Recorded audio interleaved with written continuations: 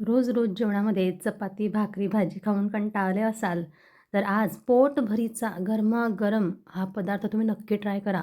अतिशय चविष्ट आणि पौष्टिक आणि बनवायलाही तितकाच सोप्पा. तर मंडळी संपूर्ण रेसिपी बघा. रेसिपी आवडली तर लाईक नक्की करा. तर सुरुवात करूया. इथं 1 वाटी भरून हरभऱ्याची डाळ मी 2 तासापूर्वी भिजत घातली होती आणि 2 तासानंतर ती छानपैकी फुलून आलेली आहे. यातील संपूर्ण पाणी काढून टाकलं आणि नंतर ही डाळ मिक्सर जारमध्ये टाकायची. म्हणजेच आपल्याला डाळ वाटून घ्यायची आहे. तर आता यासोबतच आपण मिक्सर जारमध्ये 4 ते 5 हिरव्या मिरच्या टाकूया. 10 ते 12 लसणाच्या पाकळ्या टाकायच्या. जिरं टाकायचं आहे अर्धा चमचा, म्हणजे चविष्टपणा या पदार्थाला येईल. आता व्यवस्थित वाटून घ्यायची आणि वाटताना पाण्याचा वापर अजिबात करायचा नाही. तर अशा प्रकारे ही डाळ वाटून झालेली आहे. आता एका मोठ्या पसरट भांड्यामध्ये मी ही डाळ काढून घेते आणि अजून काही असे जिन्नस टाकू की त्यामुळे पदार्थाला चव छान येईल, रंग छान येईल. तर पाव चमचा हळद घालायची, 1 चमचा भाजलेल्या धण्याची पावडर, पाव चमचा हिंग घालायचा, चवीपुरता मीठ टाकायचं आणि भरपूर अशी हिरवीगार कोथिंबीर टाकून आपण हे व्यवस्थित मिक्स करून घ्यायचं. तर मंडळी रोजच्या जेवणामध्ये आपण दोघंही वेळेला भाजी, चपाती, भाकरी आणि यासोबतच खिचडी देखील बनवतो. पण काहीतरी असं वेगळं आणि चविष्ट खायला मिळालं तर घरातील लहानांपासून मोठी मंडळी सगळे आनंदाने हा पदार्थ संपवतील. तर पुढे जाऊया. आपलं मिश्रण तयार झालेलं आहे. एका चाळणीला मी तेल लावून घेतलं आहे. कारण या चाळणीमध्ये आपण गोळे वाफवून घेणार आहोत. गोळे म्हणा किंवा वडे म्हणा. तर हातालाही तेल लावायचं आणि छोटे-छोटे गोळे आपण बनवायचे. गोळे तुम्ही गोल आकारात बनवू शकता, पसरट बनवू शकता, तुमच्या आवडीप्रमाणे. मी अशा प्रकारे थोडे पसरट आकारामध्ये हे गोळे बनवून घेणार आहे. तर 1 वाटी डाळमध्ये भरपूर असे हे गोळे बनतात. म्हणजे आरामात 4 ते 5 लोकं पोट भरून या पदार्थाचा आस्वाद घेतील. तर काही वेळातच आपले हे एक बॅचचे गोळे तयार झालेले आहे. गॅसवर मी आधीच पाणी गरम करायला ठेवलं होतं. यावर आपण ही चाळणी ठेवून आता 10 मिनिटं हे व्यवस्थित वाफवून घेऊया. म्हणजे यातील कच्चापणा निघेल. याच प्रकारे दुसरी बॅचही आपल्याला वाफवून तयार ठेवायची आहे. पुढे आता त्याच मिक्सर जारमध्ये मी 2 चमचे शेंगदाणे घेतले आहे. 5 ते 6 तुकडे अद्रकाचे घ्यायचे.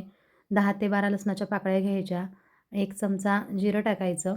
यासोबतच बेसन पीठ लागणार आहे आपल्याला 2 भरून मोठे चमचे.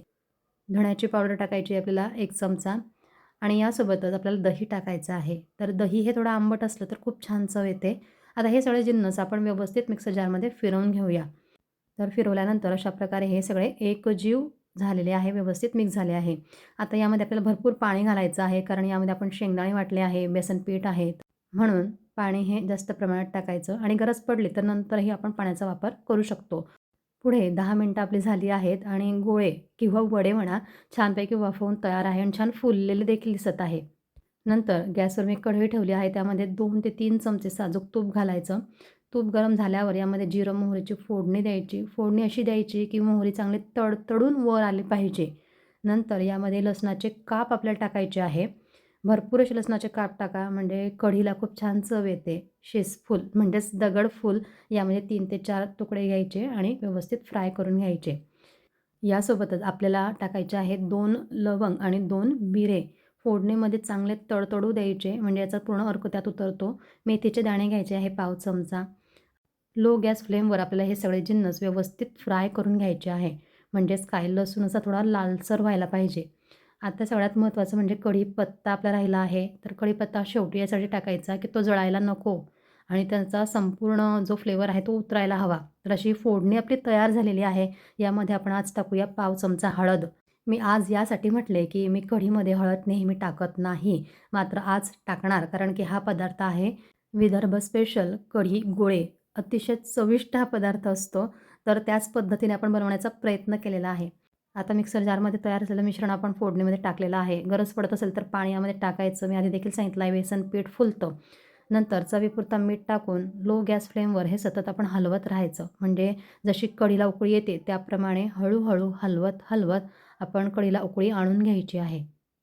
तर काही वेळातच छानपैकी मोठी उकळी आलेली आहे, तेव्हा यामध्ये आपल्याला डाळीचे जे गोळे आहे म्हणजेच वडे आहे ते एक सोडत जायचे आहे.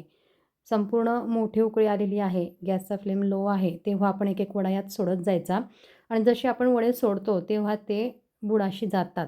मात्र जसजसे हे फुलत जाता कढीमध्ये, मोठी उकळी येत जाते, तसतसे हे वर तरंगत येतात. तर वडे आपोआप वर येईपर्यंत आपल्याला यामध्ये चमचा टाकायचा नाही, हलवायचं देखील नाही. बघा तुम्ही काही वेळातच वडे वर आलेले आहे.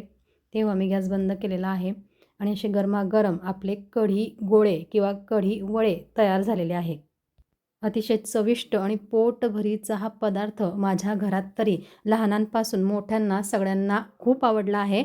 आम्ही हा नेहमी आता बनवत राहणार आहोत. तुम्ही देखील नक्की ट्राय करा आणि रेसिपी आवडली असेल तर लाईक नक्की करा, शेअर करा तुमच्या मित्रपरिवारामध्ये व कमेंट्समध्ये नक्की मला कळवा की हा पदार्थ तुम्हाला कसा वाटला. व अशा छान-छान नवनवीन तसेच पौष्टिक रेसिपी नेहमी बघण्यासाठी आर आर कुकिंग मराठी चॅनलला सबस्क्राईब नक्की करा.